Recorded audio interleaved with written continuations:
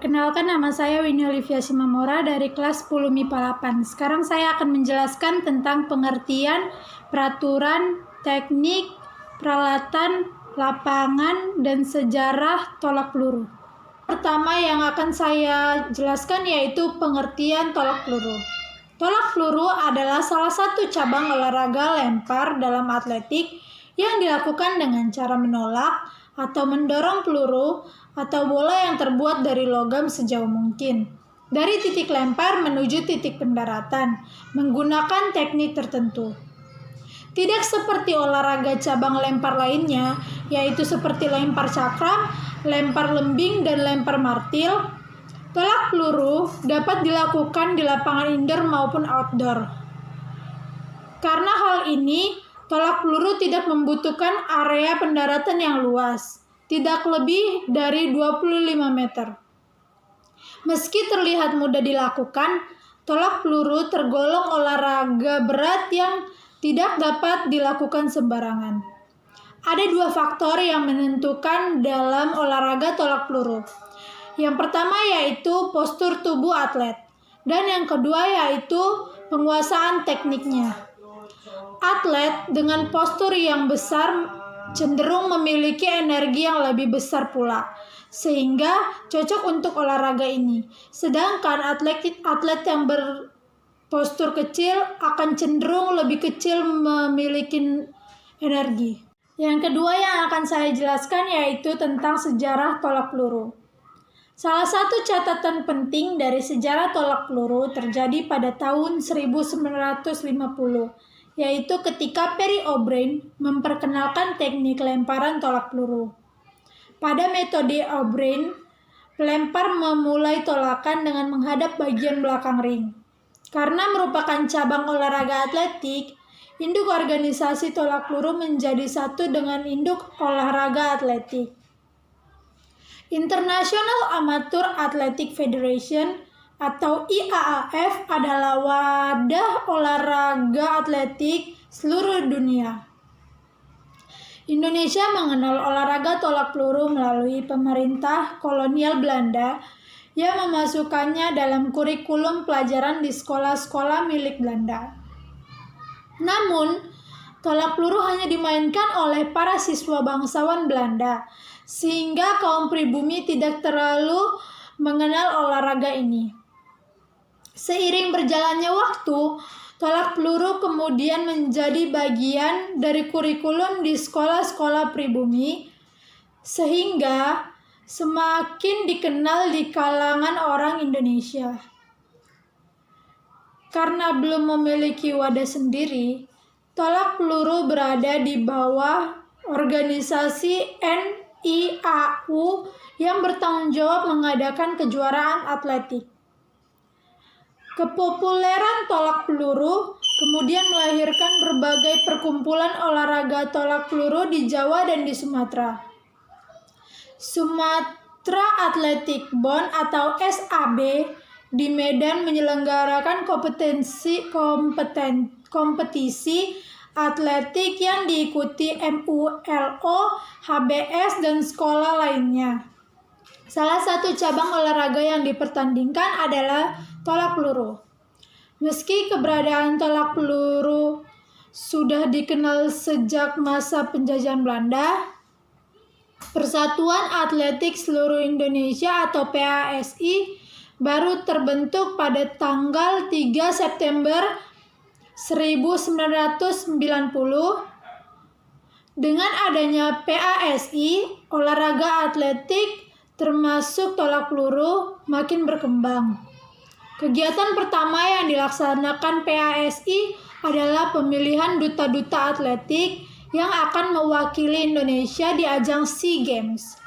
Selanjutnya, Indonesia juga rutin mengirimkan delegasi untuk mengikuti kejuaraan regional dan internasional, serta terus melakukan pembinaan atlet tolak peluru. Yang ketiga yang akan saya jelaskan yaitu tentang peraturan tolak peluru. Setiap cabang olahraga tentu memiliki peraturan sendiri, termasuk tolak peluru. Ada 12 poin peraturan dalam cabang olahraga tolak peluru yang wajib ditaati para atlet.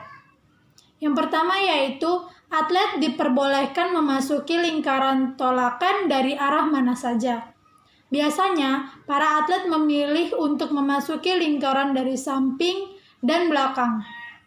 Yang kedua yaitu atlet tolak peluru hanya diberi waktu selama 60 detik untuk menyelesaikan pertandingan, dihitung sejak namanya dipanggil.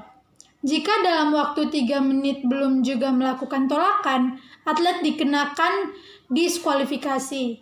Yang ketiga, atlet dilarang menggunakan sarung tangan, tetapi boleh menggunakan pelindung ruas jari atau tapping selama pertandingan. Yang keempat, atlet boleh memegang bagian dalam wilayah lemparan berupa lingkaran besi. Yang kelima, atlet harus menahan peluru menggunakan leher selama melakukan gerakan tolakan. Yang keenam, atlet akan didiskualifikasi jika meletakkan peluru tidak sesuai dengan peraturan, misalnya di belakang kepala atau di depan perut. Yang ketujuh, peluru hanya boleh ditolak dengan menggunakan satu tangan dengan posisi lebih tinggi dari bahu. Yang ke-8, gerakan tolakan hanya boleh dilakukan di dalam lingkaran. Sedikit saja kakinya berada di luar batas lingkaran, atlet tersebut dinyatakan didiskualifikasi. Yang ke-9, peluru harus mendatar di sektor area pendaratan yang disediakan. Atlet akan didiskualifikasi jika peluru jatuh di luar sektor pendaratan atau 3 kali melakukan kegagalan. Yang ke-10, pengukuran dilakukan mulai dari lokasi tempat peluru pertama kali jatuh sampai ke tengah lingkaran. Yang ke-11, setelah melakukan lemparan, atlet harus meninggalkan lingkaran melalui sisi belakang lingkaran. Dan peraturan yang terakhir yaitu atlet baru boleh meninggalkan lingkaran setelah peluru mendarat. Yang keempat yang akan saya jelaskan yaitu tentang lapangan tolak peluru. Sekilas, lapangan untuk tolak peluru mirip dengan lapangan untuk cabang olahraga lempar cakram. Perbedaannya terletak pada papan batas tolakan yang terdapat pada lingkaran tolak peluru. Adapun ketentuan untuk lapangan tolak peluru adalah sebagai berikut. Yang pertama yaitu lapangan tolak peluru terdiri dari 2 bagian, yaitu lingkaran tolakan dan sektor pendaratan. Yang kedua, lingkaran tolakan memiliki diameter 2,235 meter dan dikelilingi ring besi dengan ketebalan 66 mm dan tinggi 2 cm sebagai batas lingkaran.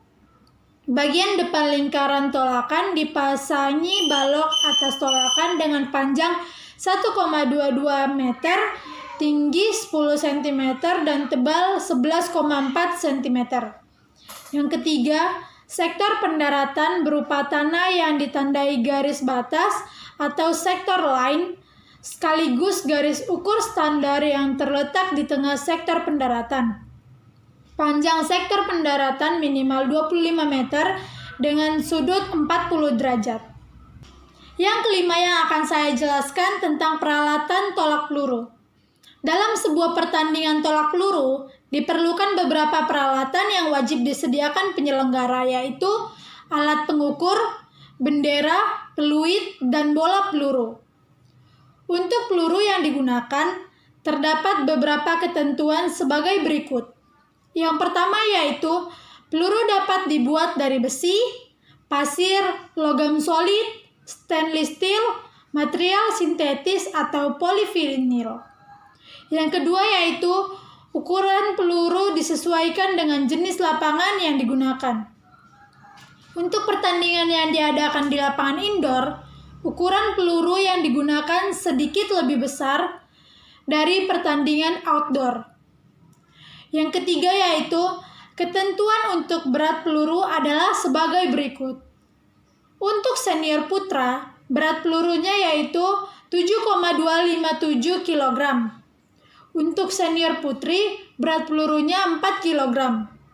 Untuk junior putra, berat pelurunya sebesar 5 kg. Untuk junior putri, berat pelurunya yaitu 3 kg. Yang akan saya jelaskan dan praktekkan yaitu cara memegang peluru dan cara menolak peluru.